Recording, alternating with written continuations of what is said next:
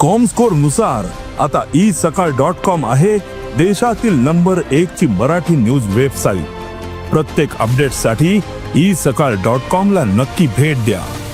जो कोणी आता बघा हे सगळ्या दंगलीमध्ये जो कोणी आरोपी असेल त्याच्यावर कारवाई झाली पाहिजे। कुणाला पाठीशी घालायचा सरकारचा प्रयत्न नाही, पहिला नव्हता, आजही नाही, भविष्यात राहणार नाही। शिवाजी महाराज आणि संभाजी महाराजांबद्दल अपशब्द वापरणारा कोरटकर अजूनही गायब आहे। त्याला पकडण्यासाठी कोल्हापूरची 2 पथकं नागपूरमध्ये पोहोचलेत, मात्र अजूनही सापडत नाही। अशा पद्धतीने शिवाजी महाराजांचा त्यांचा अपमान करणाऱ्यांची खरं तर निश्चित पकडला जाईल।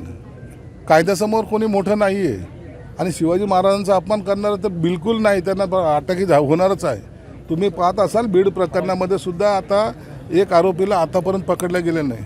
पोलीस शोधतात, काही वेळेला आरोपी स्वतःला शार्प समजून लपायचा प्रयत्न करतो, परंतु हे जास्त दिवस चालणार नाही, त्यांना हे अरेस्ट केली निलेश राणे आणि भास्कर जाधव यांची आरेतुरीची भाषा आता सभागृहात आहे। सभागृहाची मर्यादा त्या ठिकाणी पाळणं अतिशय गरजेचं प्रत्येक आमदारांनी, मात्र त्या ठिकाणी आरेतुरीची भाषा आता आज सभागृहात पाहायला मिळते। ती कोकणाची थोडी भाषा असे असते, थोडी त्याला नाविलाज आहे, परंतु निश्चितच चांगले मित्र सुद्धा ते आहेत। मुख्यमंत्री देवेंद्र फडणवीस यांनी एबीपी माझाशी बोलताना असं म्हटलं की 2019ला मला ज्या पद्धतीने बाजूला केले गेले होते की मला दाखवून द्यायचं होतं की जसे एकनाथ शिंदे म्हणतात की मला हलक्यात घेऊ नका, तसे हलक्यात घेऊ नका हे मला दाखवून द्यायचं होतं, म्हणून हे सगळं केलं।